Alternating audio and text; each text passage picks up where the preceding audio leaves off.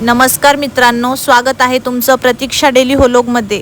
आजचा व्हिडिओ खूपच खास आणि इंटरेस्टिंग असणार आहे।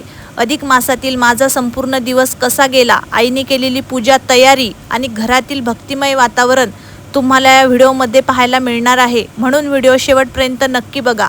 मित्रांनो, आईने आपल्याला काही दिले नाही तरी चालतं, कारण तिने दिलेली सर्वात मोठी भेट म्हणजे आपल्याला जन्म। आपल्या जीवाची पर्वा न करता मृत्यूच्या दारात जाऊन आई आपल्याला या जगात आणते, त्यापेक्षा मोठं देणं दुसरं कोणतंच नाही। अधिक मास हा साधारण 3 वर्षांनी येणारा विशेष काळ असतो। या काळात माहेराकडून मुलीला प्रेमाने चांदी, पितळ, तांब्याच्या वस्तू किंवा कपडे इतर भेटवस्तू देण्याची प्रथा आहे। तसंच माझ्या आईनेही तिच्या लाडक्या लेकीला प्रेमाने काही सुंदर भेटवस्तू दिल्या आहेत, त्या तुम्हाला या व्हिडिओमध्ये पाहायला मिळतील। आईचं प्रेम आणि आशीर्वाद यापेक्षा मोठी श्रीमंती दुसरी नाही। चला तर मग पाहूया माझ्या आईने मला अधिक मासानिमित्त काय खास दिले। आईने मला पायातील चांदीच्या तोरड्या, जोडवे आणि एक चांदीचा शिक्का, त्याचबरोबर छोटीशी सोन्याची मंगळसूत्राची चेन, तांब्याचं ताट, ग्लास, जग, त्याचबरोबर जावयाला, मुलीला आणि नातवाला नवीन कपडे सुद्धा आईने भेट म्हणून दिले आहे। या भेटवस्तूंची किंमत पैशात मोजता येणार नाही, कारण त्यामागे आईचे प्रेम, आशीर्वाद आणि मायेचा खजिना दडलेला आहे। आईच्या प्रेमापुढे जगातील कोणतीही श्रीमंती छोटी वाटते। आईने दिलेली ही अनमोल भेट मी आयुष्यभर जपून ठेवेन। अधिक मासाच्या या शुभ दिवशी आईने सर्व विधी अगदी रीतसर पार पाडल्या। सर्वप्रथम नातवाचे, मुलीचे आणि जावयाचे पाय धुवून कुंकू टिलक लावून आशीर्वाद दिला। त्यानंतर माझे औक्षण करून प्रेमाने आणि परंपरेनुसार माझी ओटी भरली। ओटीमध्ये सुहागण स्त्रीला लागणारे सर्व साहित्य, भेटवस्तू आणि आशीर्वाद देऊन आईने तिचे कर्तृत्व प्रेमाने पूर्ण केले।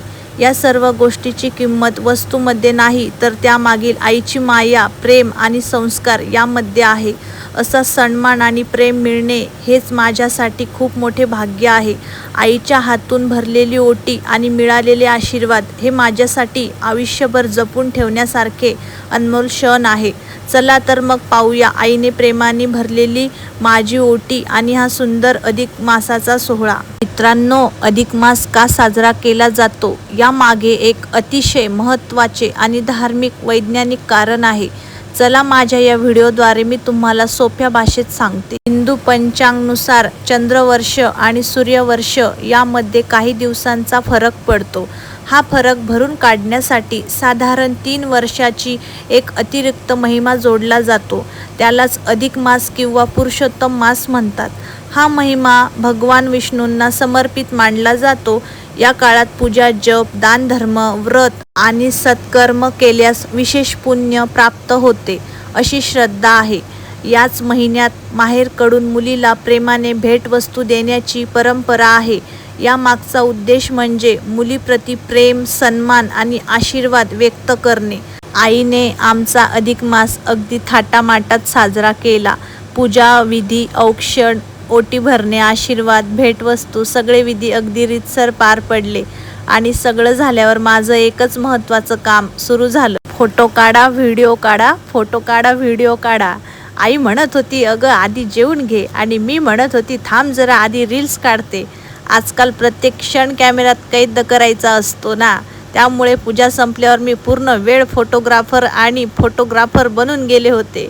पण खरंच हे सुंदर क्षण आयुष्यभर जपून ठेवण्यासाठी फोटो आणि व्हिडिओ खूप महत्त्वाचे असतात। फोटोज आणि व्हिडिओज काढून खूप दमले होते। अधिक मासाच्या या सुंदर सोहळ्यातील प्रत्येक क्षण तुमच्यासोबत शेअर करताना खूप आनंद झाला। आशा करते की हा व्हिडिओ तुम्हाला नक्की आवडला असेल।